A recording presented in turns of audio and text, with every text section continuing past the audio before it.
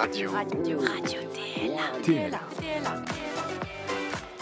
Allez, bonsoir, c'est Radio TLA.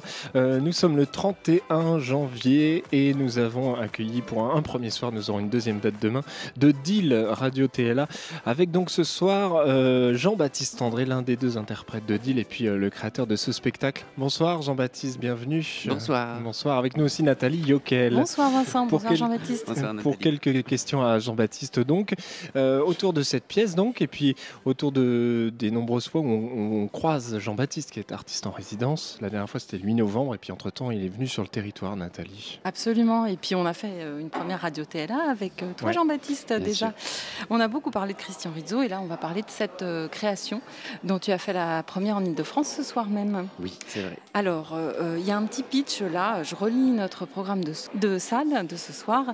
C'est l'histoire de deux hommes que rien ne réunit. Mais en fait, ce spectacle, tu l'as créé avec Dimitri Jourde, qui est danseur et circassien comme toi. Il n'y a pas quand même une proximité entre vous deux ? Je suis étonné. Je ne sais pas si c'est nous qui avons rédigé ce texte-là. Alors, petite parenthèse, je l'avoue, hein, c'est moi. Voilà. Alors, je pense que rien ne réunit. En même temps, je trouve que c'est un des points de départ de ce projet-là. C'est-à-dire que quand on s'est trouvé avec Dimitri, avec l'envie de travailler l'un avec l'autre, moi, je pars dans le travail, en fait, souvent, je parle des titres. J'aime bien partir d'un titre. C'est comme si ça plantait un décor, c'est comme si ça ouvrait un imaginaire, c'est comme si ça, un simple nom qu'on extrait, un mot, une expression peut devenir un concept où ça tient lieu d'un titre. Ça a été le cas dans beaucoup des projets. Je pense à Millefeuille, je pense à Floé qui était très connecté à... Voilà, Floé qui désigne un morceau plus ou moins grande banquise. Voilà, donc au tout début du projet, j'avais noté ça, une sorte d'expression en anglais, differences make it similar. C'est-à-dire les différences les rend pareilles. Parce qu'en fait, j'avais l'impression qu'en rêvant de travailler avec Dimitri, on a des qualités différentes, des qualités similaires, et néanmoins un physique un peu différent. Donc c'était jouer sur, pas la gémellité, mais ce principe de dire on partage une même qualité physique avec un rythme différent, une morphologie différente. Et c'est ça qui finalement nous réunit. C'est comme ça me fait penser au slogan à un moment donné qui disait tous différents, tous égaux. Et voilà, ça me faisait penser à ça. Ensuite, il y a eu le titre À la lisière. C'était le premier titre du projet. Premier À la lisière, parce que je voulais, en rencontrant Dimitri, je me disais, et c'était concomitant avec la proposition du TLA d'être artiste en résidence ici, dans une scène conventionnée danse, et néanmoins venant du cirque, c'est de dire comment un projet peut être à la lisière du cirque et de la danse. Et j'ai l'impression que c'est un peu la physionomie de chacun des projets de W.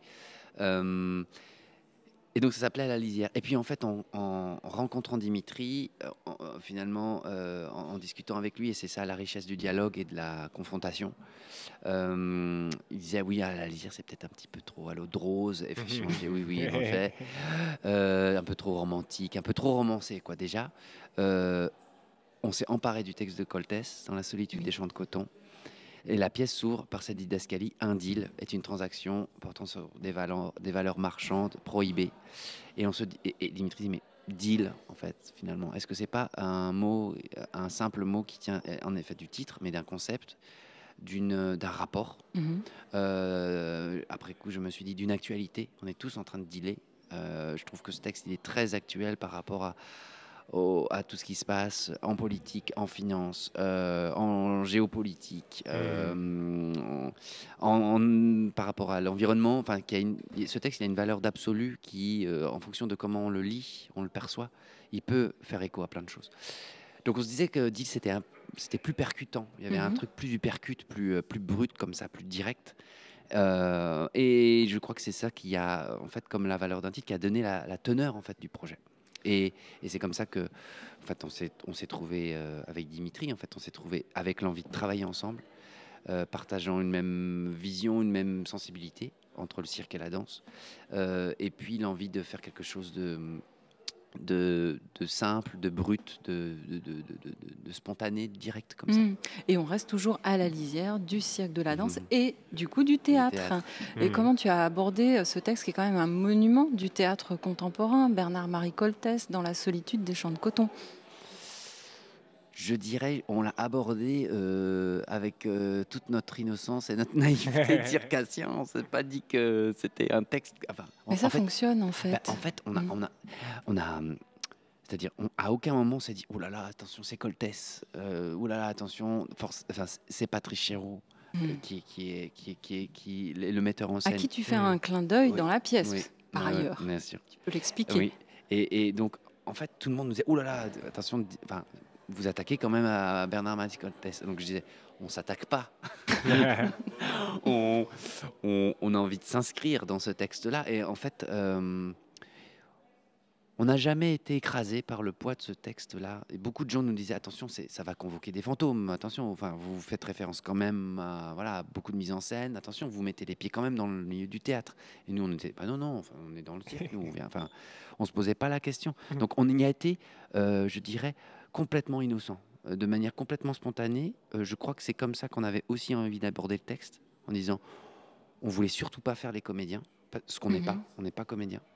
Par contre, ce qu'on voulait, c'était d'être le plus spontané possible et de dire comme on avait envie de dire ce texte-là. Donc avec les maladresses, avec les fragilités, et en même temps, on s'est dit, est-ce que ça peut pas devenir notre atout, ou est-ce que ça peut pas colorer le texte d'une autre manière finalement, en disant, ce texte, il a toujours souvent été monté pour sa littéralité, c'est-à-dire que le metteur en scène s'empare du texte, le met en mots, puis cherche une mise en espace, une mise en corps. Nous, c'était presque comme si on prenait pas le pied de nez, mais l'inverse. C'est-à-dire, on vient d'abord du corps, puis on s'est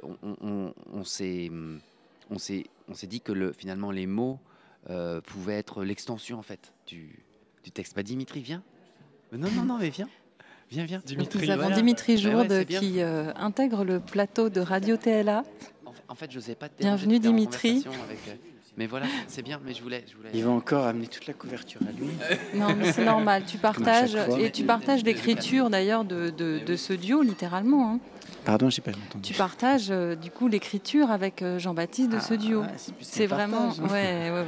Non, la question, c'était comment on était rentré en fait dans le texte. Je disais qu'on était rentré de manière complètement un peu spontanée, un peu...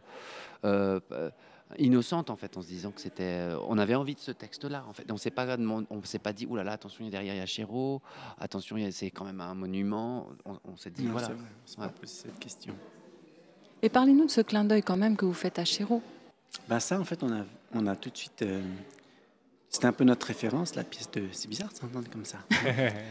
C'était un peu notre référence, la pièce de Chéreau, et du coup on a vu très vite la vidéo, et en fait cette danse, moi je l'ai vue cette pièce, et je me souviens très bien de cette danse, comme vraiment, c'est ça qui m'avait marqué dans la pièce en fait, c'était cette danse ensemble. Du coup on l'a cherchée, on l'a trouvée assez vite, et puis tout de suite on s'est dit on n'a qu'à la prendre, et puis on verra bien ce qu'on en fait. Puis voilà, c'est devenu ça, comme un clin d'œil ou un hommage. C'était aussi une sorte de construction, comme on se disait, un peu en creux ou en miroir ou à l'inverse. C'est-à-dire que moi, j'ai pas vu, par exemple, la pièce de Chéreau en 95, l'adaptation qu'il a fait en 95, puisqu'il a monté 3 fois. Et en 95, c'était la version avec Pascal Grégory. Mais Dimitri me racontait que voilà, il y avait tout ce texte comme ça, très long, et il y avait ce moment de danse unique, comme ça, qui apparaissait.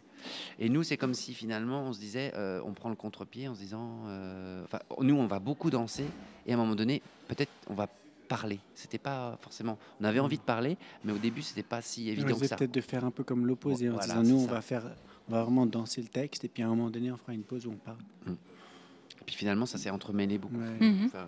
Ça n'a pas été aussi binaire que ça, mais ça s'est entremêlé en fait. Au point de peut-être des fois de dire le corps, on n'a pas cherché des séquences chorégraphiques qui voulaient illustrer le texte, mais la physicalité qu'on avait, et je pense que c'est ça qui nous a fait rentrer dans ce texte-là, c'est que ça nous parlait en fait. Voilà. Et il y a un troisième partenaire en fait qui est la scénographie, qui est très très importante dans ce projet. Et la musique, on est même 4. Ouais. Même L5 avec la lumière. Ah, il y en a oui, beaucoup, en fait, hein. absolument. On est Alors, énormément de gens. parlez-nous avec de les ces... spectateurs Oui, les spectateurs sont Le importants six, parce c'est- qu'ils Mais sont du coup, ils sont vraiment intégrés. à la lisière aussi de quelque chose. Ils sont à la fois sur le plateau et puis en même temps, ils sont sur un gradin au plateau. Comment c'est né aussi cette idée de ce dispositif scénique qui est très beau, on peut le dire, Nathalie, est vraiment très beau. Absolument. Et voilà, il se passe quelque chose aussi à cet endroit-là. Alors moi, ce que je me souviens de ça, c'est que d'abord, quand on a commencé à travailler, on a travaillé beaucoup sur un petit espace parce qu'on avait des petits studios déjà. Et on était beaucoup en rond. Et très vite, on s'est dit que si on voulait parler, c'était bien si on avait les gens proches de nous. Parce que je crois qu'on ne se sentait pas de faire comme cette pièce en frontal Mhm. sur un... On s'est dit ça va être compliqué pour nous de projeter le texte comme ça. Donc très vite, on s'est dit il faudrait qu'on ait les gens avec nous pour qu'on puisse aussi parler sans que ce soit une technique. Voilà.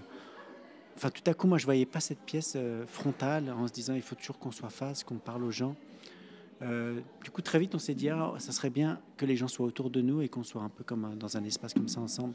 Puis très vite, on est venu à ça avec Vincent Gadras, où on lui a dit un peu les contraintes qu'on voulait. Puis par exemple, c'était en bifrontal aussi le spectacle de Chéreau. Et on s'est dit tout à coup, il y avait aussi ça, il y avait aussi cette notion de quand tu regardes, tu vois les gens en face de toi. C'était comme une route, comme une rue. Donc très vite, nous, on s'est dit, on va faire un quadrifrontal, comme un cercle presque, ça fait comme un ring aussi. Donc dans lequel nous, quand même, on dessine beaucoup des cercles, en fait, dans ce carré. Et puis du coup, c'était aussi proche de nous, parce que c'est le cirque. En fait, on se sent quand même bien en cercle. Dès qu'on a commencé, on s'est retrouvé quand même à faire beaucoup des cercles. Le début où Jean-Baptiste marche, en fait, très vite, on s'est dit, en fait, on est obligé de marcher en rond pour donner cette sensation que c'est quelqu'un qui marche. Donc c'est venu très vite, en fait, ça. Et puis un imaginaire qui est produit aussi. Il y a l'image de la palissade, enfin le non-lieu en fait de cette rencontre, puisque vous vous rencontrez finalement. Même si vos chemins se croisent-ils, je ne sais pas, mais vous vous rencontrez. Ouais. On avait envie envie d'un lieu non déterminé, un lieu un peu interlope. Et puis très vite, on se disait, il faudrait presque pouvoir jouer ça raconte un endroit de deal en fait, un endroit où ça deal. Ouais, Enfin, quand même un endroit un peu industriel, Ouais. un peu perdu. Ouais, un peu, ouais. Et puis un peu très vite, dark. on s'est dit que ce qui nous plaisait, c'était d'avoir cette scénographie qui puisse s'installer sur un plateau et que les gens aussi, ça soit une forme. C'est ce qu'on nous a renvoyé à la création à Saint-Étienne. C'était comme si c'était une forme immersive, c'est-à-dire que le public rentre, pénètre sur le plateau, qui sont des endroits qui ne fréquentent pas forcément, et sont placés dans une hyper proximité. Et ça, on avait envie d'être très très proche.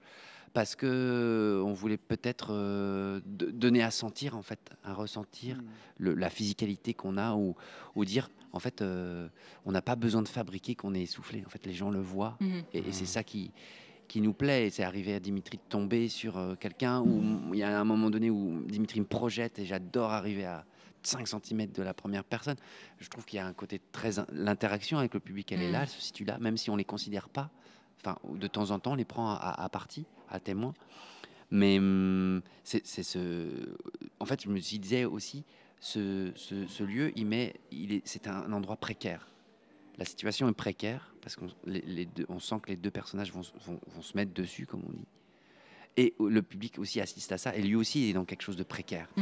C'est pour ça que Vincent, il a réfléchi, Vincent Gadras, le scénographe, à non pas des linéarités de gradins, mais plutôt une assemblée de personnes à des hauteurs différentes, et qui faisait que c'était aussi un peu instable. C'est-à-dire que pour ceux qui regardent, les gens en face, il y a quelque chose aussi de moins évident, moins installé. Donc la question du duo et la question de la proximité, c'est une chose que tu vas de nouveau travailler sur ta prochaine création, qui s'appelle Loré. Et c'est un duo avec Eddie Palaro, qui est aussi un auteur, dans le cadre de Concordance, qui fait se rencontrer en fait des artistes du spectacle vivant et des auteurs, des écrivains. Et c'est très prochainement, le 7 mars, on a la première au Théâtre Louis Aragon. Tu peux nous dévoiler juste 2 mots pour pas... Il n'y a rien de secret, super. parce qu'on a répété ici. On est venu en octobre 2019 ici au TLA, dans le petit studio. Ça a été très moteur. Et puis on a eu une résidence au lycée Jean Rostand, à Villepinte. Ouais. Ça aussi, ça a vraiment participé au processus. En fait, c'est Deal qui a ouvert plein de choses. ce rapport au quadrifrontal. Donc là, c'était la commande de concordance de dire, voilà, vous jouez sur un espace de 6 par 6. Donc avec Eddie, on s'est dit, bon, on va vraiment prendre la contrainte, c'est-à-dire qu'on va mettre un scotch de 6 par 6. C'est ça notre territoire.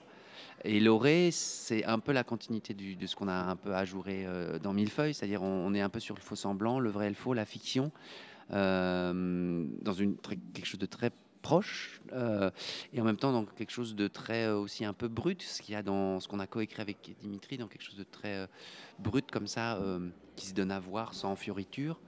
Et là, dans l'oré, volontairement, justement, pour que tout d'un coup, on se dit, mais il joue pas. Voilà. Donc, et l'oré s'appelle l'oré parce qu'on se disait, ça va être une forme à l'oré de la fiction. Mais c'est presque la lisière aussi. Hein. C'est le transfrontalier, je sais pas.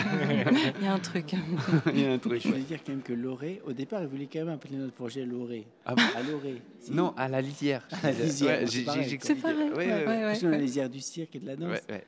Et puis, moi, j'ai dit, garde-le pour ta prochaine pièce, je lui ai dit. Eh ben, bravo. Merci Dimitri. Donc nous avons Pièce, bam, il avait, nous avons cette prochaine pièce, C'est donc le 7 mars. Dimitri Jourde. Merci Dimitri, vraiment, de ton action auprès de Jean-Baptiste André. On se retrouve le 7 mars, donc c'est à la médiathèque Boris Vian.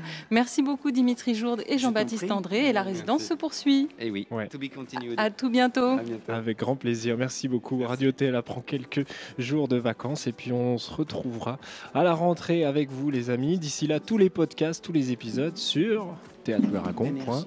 Salut Merci, Nathalie, Vincent. à bientôt.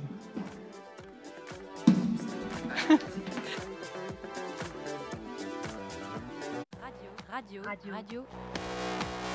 TLA.